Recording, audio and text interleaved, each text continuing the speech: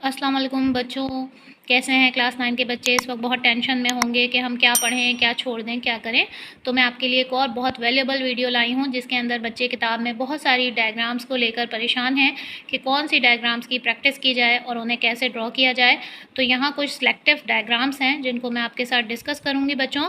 तो फ़ौरन से अपना पेन और पेंसिल उठा लीजिए और कॉपी, और जल्दी से इनके सारे रफ़ स्केच बना के अच्छी सी डायग्राम्स करने की प्रैक्टिस कर लीजिए। फ़र्स्ट ऑफ़ ऑल तो ये कि डायग्राम का क्वेश्चन अटैम्प्ट करना पेपर में थोड़ा सा मार्क्स गेनिंग के लिए रिस्की होता है, इसलिए मैं ये कहूँगी कि अगर डायग्राम आपको बहुत अच्छी और नीट एंड क्लीन बनानी आती है और उसकी लेबलिंग भी याद है तो आप ये क्वेश्चन अटैम्प्ट कीजिए। अदरवाइज़ आप अपने थ्योरेटिकल क्वेश्चंस पे ज़्यादा कंसंट्रेट कीजिए। जिसमें पहली डायग्राम आप देख रहे हैं पेज नंबर 82 पे मेंशन है टाइप्स ऑफ मसल, जिसके अंदर कार्डियक, स्मूथ और स्केलेटल मसल्स को दिया हुआ है। तो फर्स्ट डायग्राम आपने यहाँ से पेज नंबर 82 से ये वाली कॉपी कर लेनी है बच्चों। और फर्स्ट डायग्राम बच्चों हमने कर ली टाइप्स ऑफ मसल्स की। देन सेकंड डायग्राम की अगर हम बात करें तो पेज नंबर 61 पे अपनी टेक्स्ट बुक निकालिए सिंटैक्स की, उसके अंदर पेज नंबर 61 पे देखिए इस साल की सबसे ज़्यादा 2023 की most important diagram, that is alimentary canal of human being. So alimentary canal of human being page number 61 ये अच्छे से कर लीजिए। इसकी सारी लेबलिंग याद करेंगे, जिस तरह लेफ़्ट और राइट दोनों बोथ साइड पे लेबलिंग हुई हुई है, इसी तरह बोथ साइडेड इसकी लेबलिंग करेंगे। और पेंसिल से सिर्फ डायग्राम बनाएंगे, कुछ उसमें शेडिंग किसी भी चीज़ की या पॉइंटर आउटलाइन की किसी भी चीज़ की नीड नहीं होती है। जस्ट एक पेंसिल से स्केच ड्रॉ करना है ताकि जिसका ऑर्गन ट्रायंगुलर है, अगर लीवर की शेप तो ट्रायंगुलर आनी चाहिए। एक रेक्टेंगल बना के आपने इंटेस्टाइन ड्रॉ कर देनी है। इस तरह से आपने इस डायग्राम को बच्चों ड्रॉ करना है।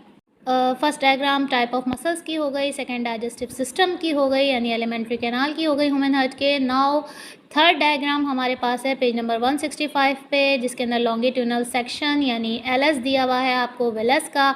तो ये बहुत ही सिंपल डायग्राम है, जल्दी से ड्रॉ हो जाती है। अगर आपको लगे कि आपका टाइम पेपर में एमसीक्यूज़ में या शॉर्ट में थोड़ा सा लेंदी हो गया है और अब आप कैसे अपना कवर अप करें, तो आप ये सिंपल सी डायग्राम पेपर में अगर आ जाए तो इंशाल्लाह आप बना लेंगे। तो थर्ड डायग्राम बेटा ये वाली करनी है आपने, एलएस ऑफ वेलस की।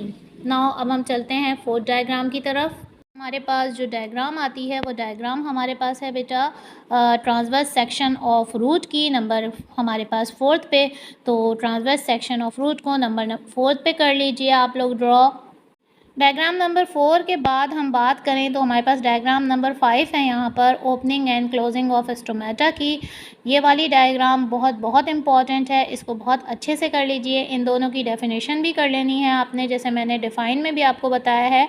और देन अगेन आपने डिफ़ाइन के बाद इसकी डायग्राम भी जो है वो पेज नंबर 180 पे आपकी सिंटैक्स बुक की बुक के अंदर बनी हुई है।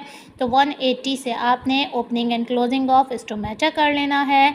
नाउ उसके बाद हम नेक्स्ट डायग्राम की तरफ चलते हैं बच्चों। अब हमारे पास सबसे लास्ट डायग्राम मुझे जो इम्पोर्टेंट लग रही है 2023 के हिसाब से, वो हमारे पास है ह्यूमन हार्ट के एलएस की। लेकिन ये लास्ट डायग्राम नहीं समझिए, सबसे ज़्यादा चांसेस हैं इस बार या तो एलिमेंट्री कैनाल या फिर एलएस ऑफ ह्यूमन हार्ट के।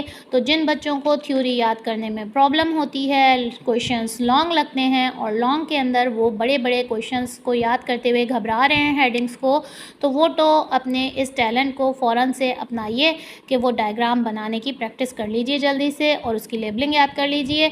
तो आपने ये एलएस ऑफ ह्यूमन हार्ट की भी डायग्राम कर लेनी है। तो इस तरह से यहाँ आपका जो है वो डायग्राम का सेक्शन बहुत अच्छे से कवर अप हो जाएगा। और ये डायग्राम भी पेज नंबर 192 पे आपकी सिंटैक्स बुक के अंदर दी हुई है। मैंने आपको आपकी बुक के अकॉर्डिंग सारी डायग्राम्स बता दी हैं बच्चों। तो बेस्ट ऑफ लक। अब मैं अपनी नेक्स्ट वीडियो इंशाल्लाह बनाती हूँ, जब तक आप लोग अपनी इस चीज़ की प्रैक्टिस को अच्छा सा कर लीजिए। Good luck for the exam.